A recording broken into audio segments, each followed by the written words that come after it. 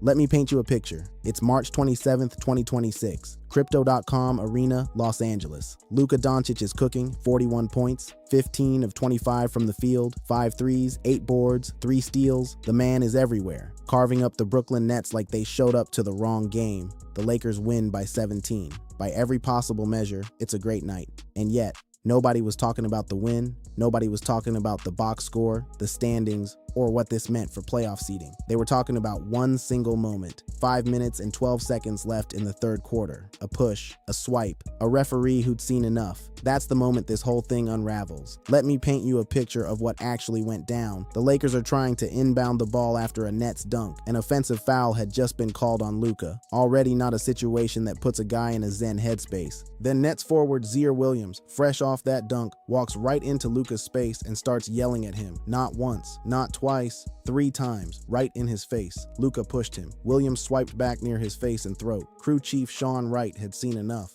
Double technical, one on Doncic, one on Williams. Now you might be thinking, okay, double tech, whatever. Players get into it all the time. Except this wasn't just any technical foul for Luka, it was number 16. Under NBA rules, technical foul number 16 means an automatic 1-game suspension without pay.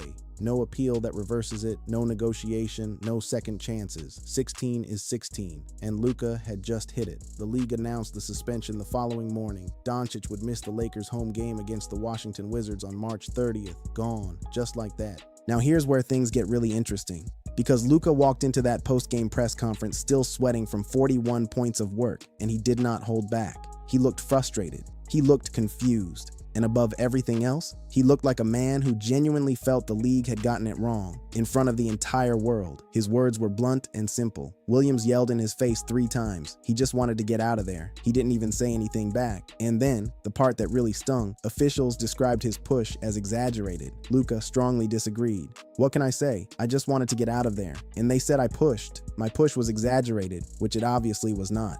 That's a man who scored 41 points and still feels like he lost something. Because in a very real sense, he did. The suspension would cost Doncic approximately $264,000, nearly $250,000. Gone. For a push, he insists, wasn't even a real push. Here's the layer that most people skipped right over. This was actually the second time this season Luka had reached 16 technical fouls. 9 days earlier, on March 21st, Doncic got into a heated verbal exchange with Orlando Magic center Goga Bitadze at the free throw line. Temps spiked, the whistle blew, and just like that, Luka's tech count hit 16 again. But this time, the Lakers fought back. They appealed, the NBA rescinded the call, and the count dropped back to 15. Saved, for now. But here's what Luka said about that incident, and it explains everything about his mindset going into the Nets game. According to Doncic, Bitadze said something deeply vulgar about his entire family at the free throw line. In Serbian, Luka acknowledged he needed to do better, but he was crystal clear. He felt he had no choice but to respond.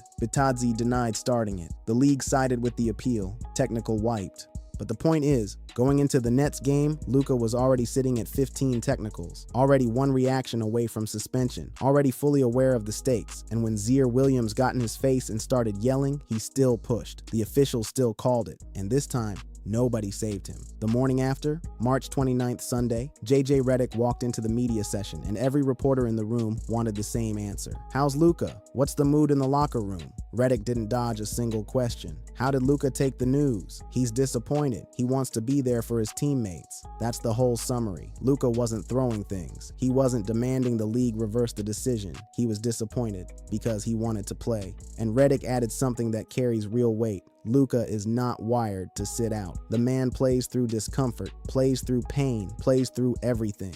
A forced absence isn't just inconvenient for him. It goes against everything he is as a competitor. But rather than letting the team spiral into anxiety, Redick reframed the whole situation. He called it a reset, a chance to figure out who steps up when the spotlight shifts. He pointed to guys like Rui Hachimura, Gabe Vincent, Maxi Kleber, players who don't always get headlines but have shown they can deliver when called upon. We need everybody, not just Luka, everybody.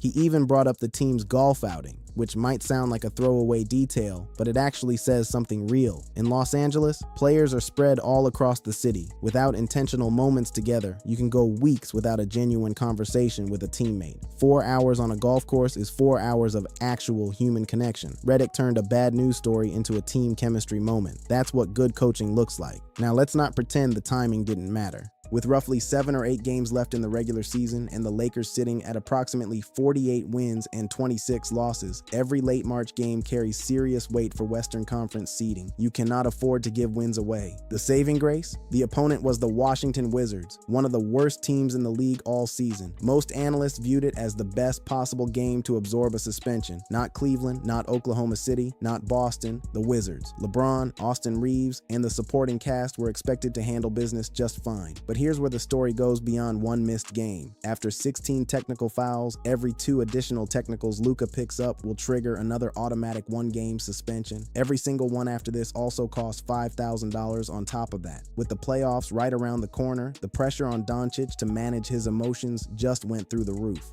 The silver lining, and it's a genuine one, is that the technical foul count resets completely for the postseason. Clean slate. Whatever accumulates between now and the final regular season, whistle disappears the moment the playoffs begin.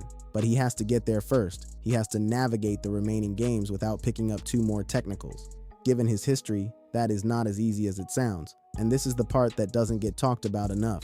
There's a version of Luka Dončić that just plays basketball, takes the ball, scores, passes, defends, and when a call goes against him, shrugs it off and jogs to the other end. That version of Luka doesn't have 16 technical fouls, doesn't miss games, doesn't lose $264,000 in a single night. But that version probably also doesn't average 33.7 points per game. That version probably doesn't go for 41 on Brooklyn the same night his season is on the line. That version probably isn't the most electric, most talked about player in the entire NBA, because the fire and the fouls come from the exact same place. They are not separate issues. They are 2 sides of one coin. Heading into the suspension, Doncic had been averaging nearly 39.7 points per game over his last 12 games. Nearly 40 a night for 12 straight. That is not a man coasting through the regular season. That is someone playing with an intensity that very few athletes in any sport ever reach. And when you play with that kind of relentless edge, every call feels personal. Every whistle feels like an attack. Every taunt feels like something that cannot go unanswered. He knows what it costs. He said it himself at the podium. I let them down today. He knows the fine is coming. He knows the suspension is automatic. He knows the headlines will be about the technical, not the 41 points. He knows all of it, and he still can't fully stop.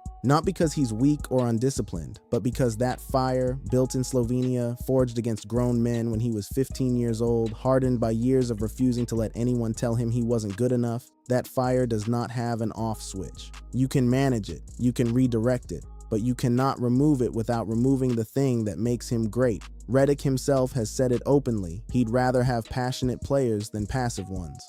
That Luka is a special kind of competitor, and he's right. But you cannot celebrate the intensity and treat the technicals as a separate conversation. They are the same conversation, always have been.